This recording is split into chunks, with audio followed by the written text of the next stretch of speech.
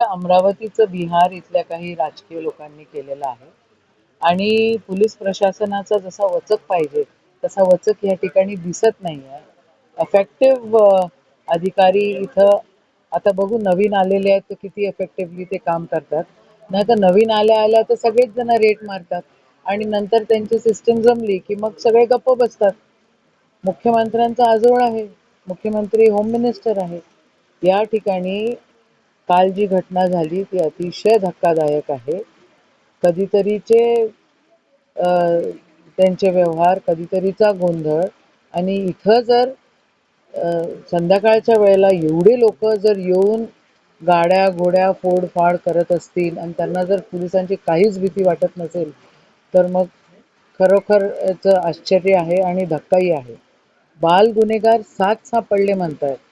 अमरावती जिल्ह्यामध्ये ज्या ज्या क्राईम मुंबईत होतात त्या सगळ्या क्राईम या ठिकाणी होऊ घातलेल्या आहेत आणि होत आहेत हे आम्हालाही कळतंय.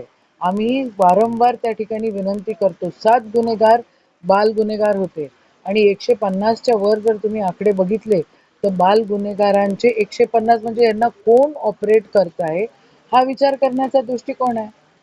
आदरणीय मुख्यमंत्री साहेब, आदरणीय होम मिनिस्टर साहेब, देवेंद्र दादा, हे आजोळ आहे तुमचं आणि ह्या आजोळामध्ये जर असा गोंधळ होत असेल आणि त्याच्यावर जर कोणी हिरोगिरी करत असेल तर याला काय अर्थ उरत नाहीये.